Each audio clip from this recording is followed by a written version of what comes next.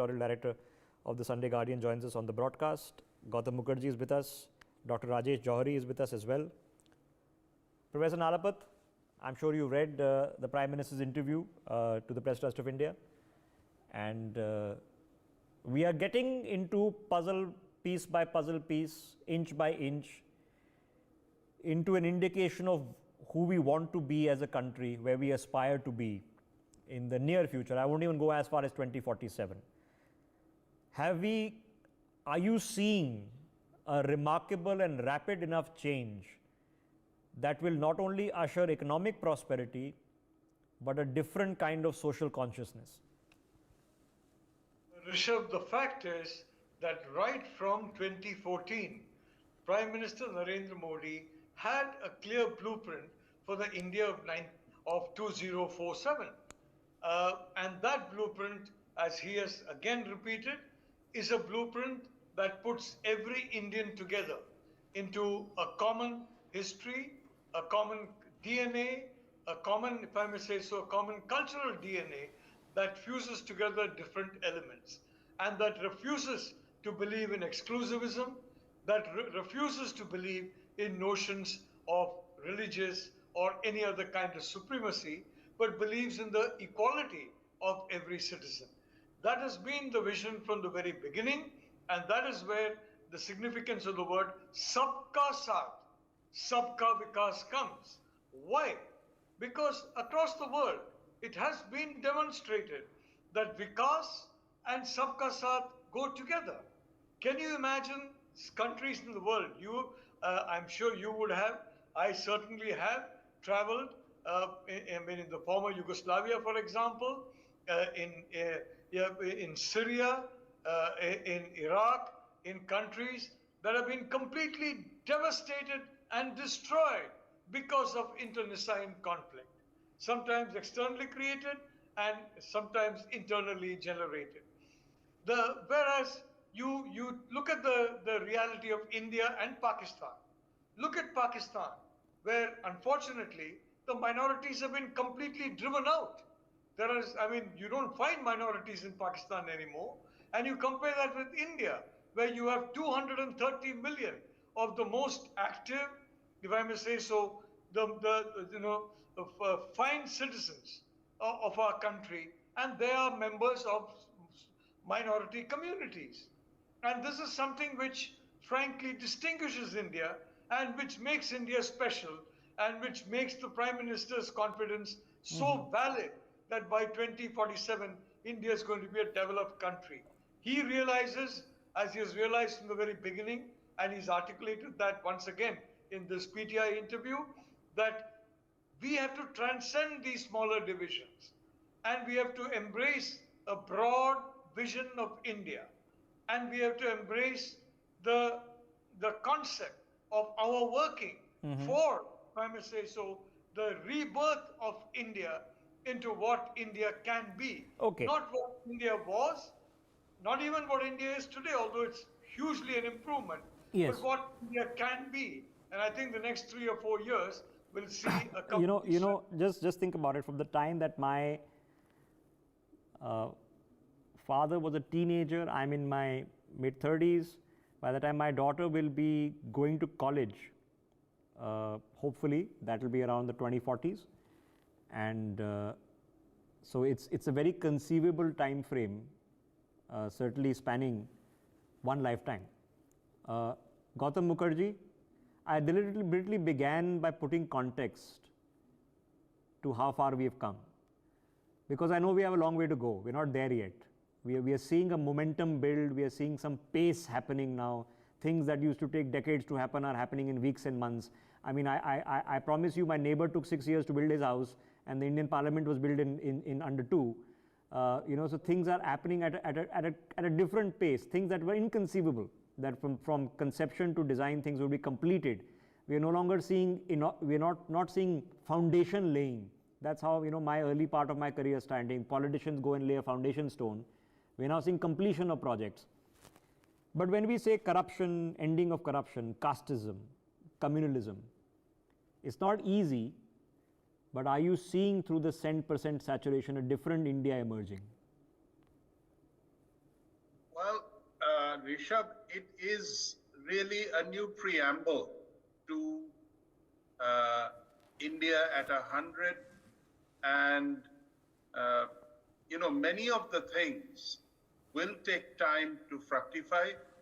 At the same time, a good beginning is halfway, as they say, and that is certainly achieved since 2014 because you have not only seen implementation, like you have pointed out, but also daring to transform. Railways are a case in point.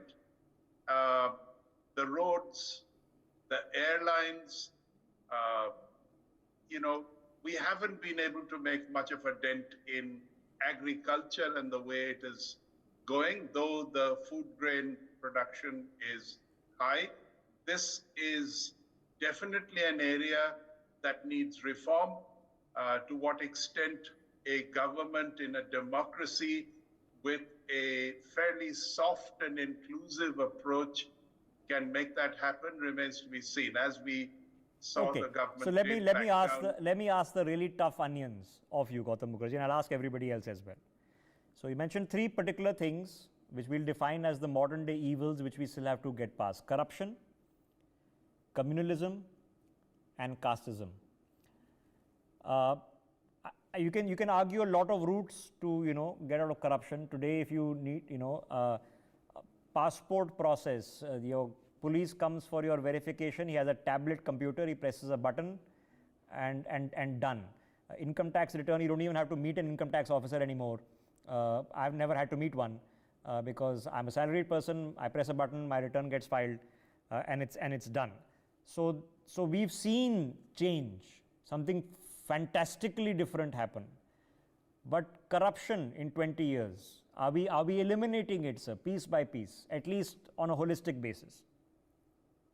I think corruption at the top, Rishabh, has dramatically come down, particularly because of the initiative and insistence of Narendra Modi.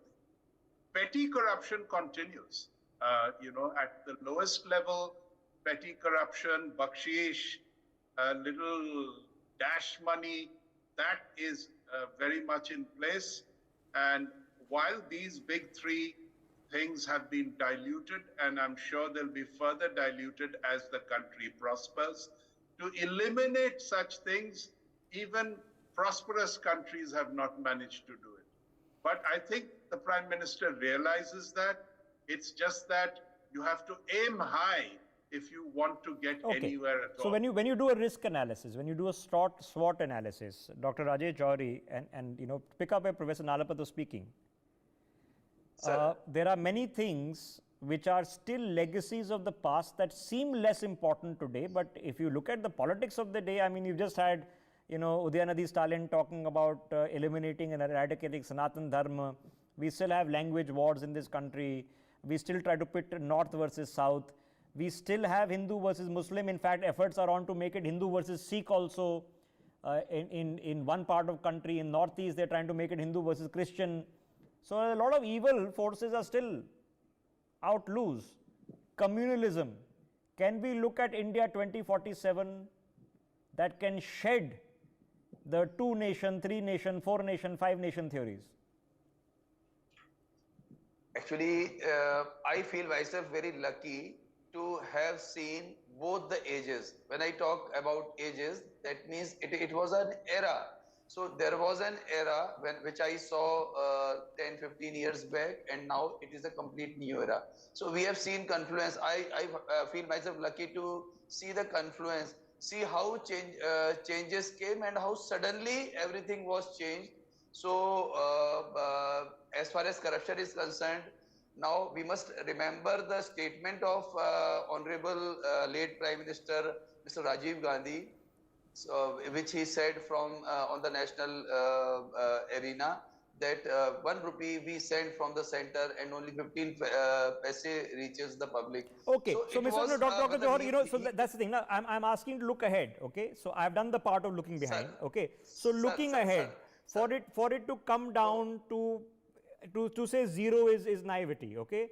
But for it to, or hubris, for it to come down, how is it going to come down? Its mindset has to change. Obviously, processes have to change. If you do a direct benefit transfer to somebody's bank account, it of course becomes easier. You don't make it zero.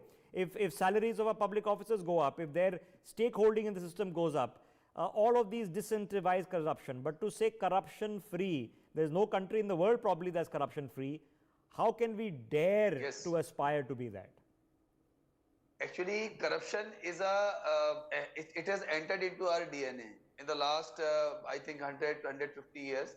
So, if we see the actions taken by special police establishment, that is Lokayukt in Madhya Pradesh, and there are different names in different states.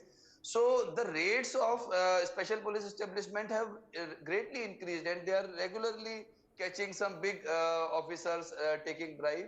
So, it has increased that, which shows that despite such strict measures, such stringent measures, people are not ready to give it up.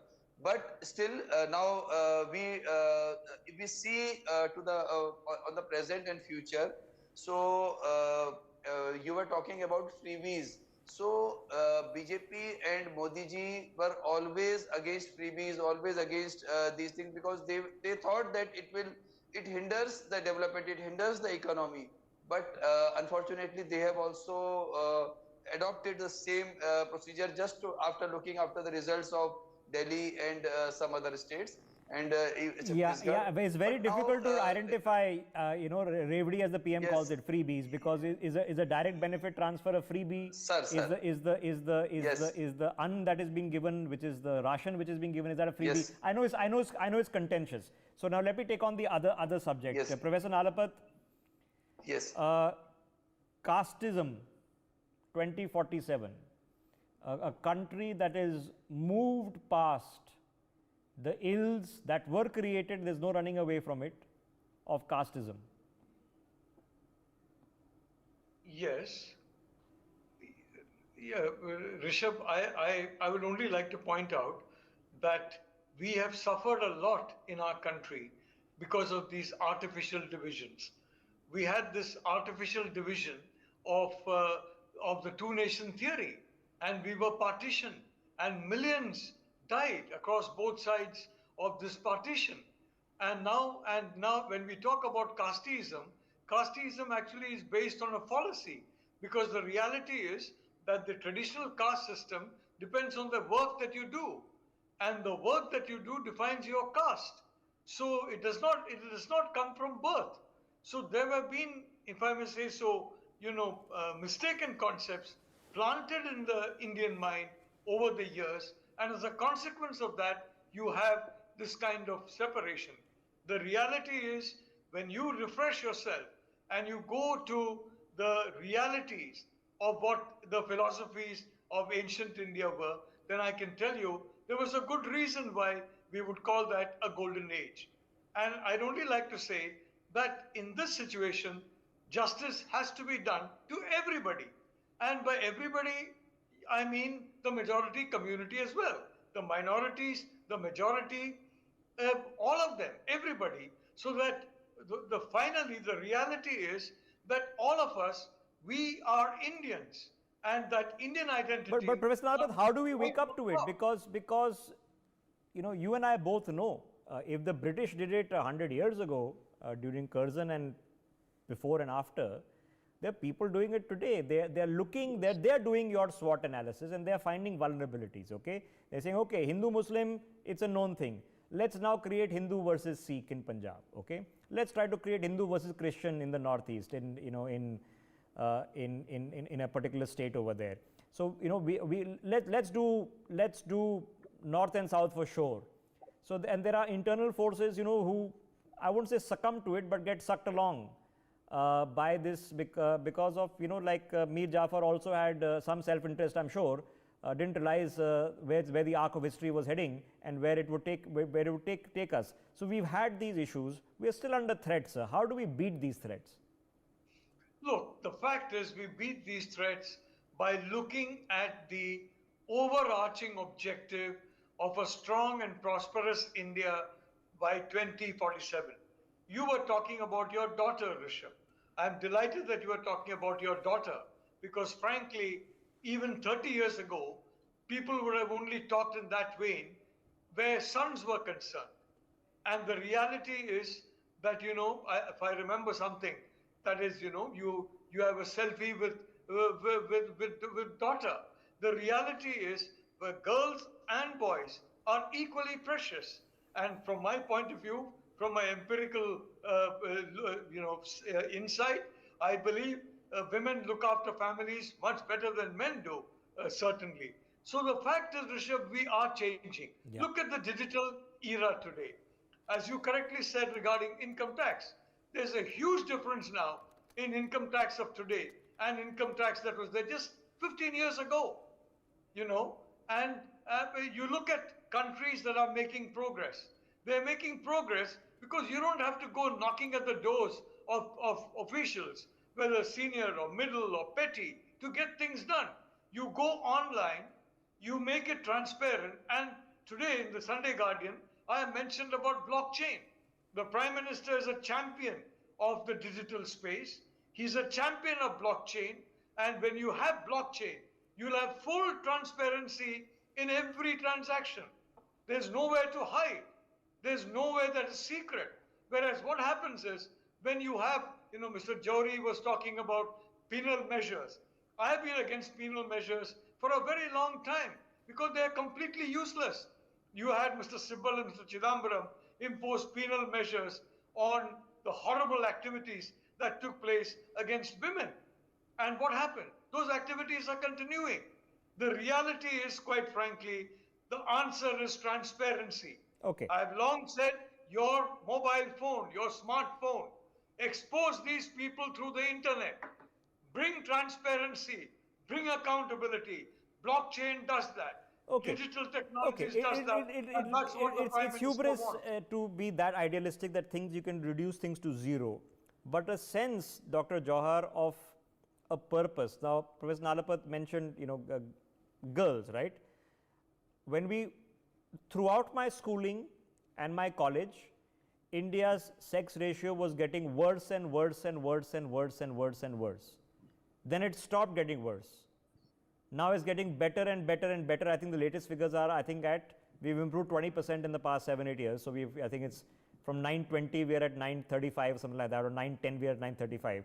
We are heading in some cases, especially states like Haryana, where it was in the 800s, there's been a dramatic improvement. Okay, a change has happened. Now you have women sports persons coming out of the fields of Haryana, not horror stories. So when we talk about great change, sometimes it requires momentum.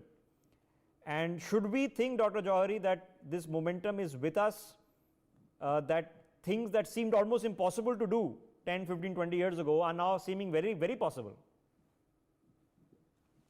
Actually, Ladli Lakshmi Yojana is a scheme. Actually, it is generally people think that it is for the poor class, but it has changed the mindset of the people. And changing, as Professor Nalapat is saying, so changing mindset is very important. So mindset has changed, and now Chandrayaan mission, we have all of us have seen that the galaxy of women that were involved in that, and as far as athletes are concerned, as far as IT sector, in IT sector we see lot of women doing great things. So now their perception towards women has changed a lot, especially in the young generation. In those who are in 40s or 50s, it is slower. It is a bit slower, but in the young generation, their perception has changed. Okay, changed and changing in some way to go. I think we lost you for a second. Let me get Gautam Mukherjee. And Gautam Mukherjee, change. Now, just stay with me, sir. I think we're having a trouble with your audio connection. We'll get it fixed. Gautam Mukherjee,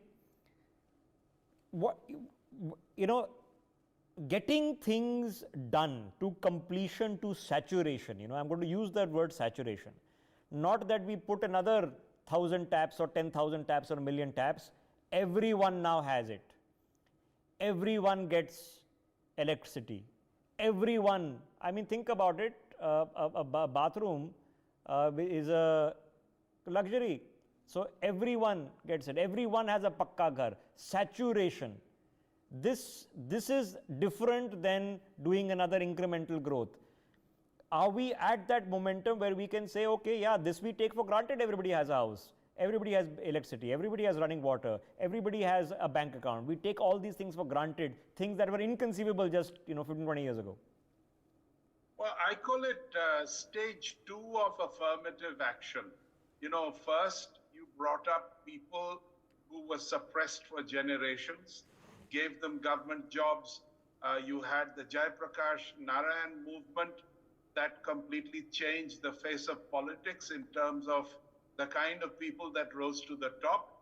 And now you've got Modi using his welfareism, not just as a giveaway, but also to build rural roads, provide electricity, provide water, provide gas, provide housing, and in fact, reach the last man in this as far as is possible, empowering women. Now, this saturation is the word you used. We're some distance away from that, but it is certainly transformational, what has already been achieved, and with rising prosperity, both at the GDP level and the anticipated doubling of the per capita, I think it will get there. It will get there in these 25 years coming up. I just want you to think about it, JFK making the speech that we go to the moon by the decade is out. Okay, hadn't even reached orbit then.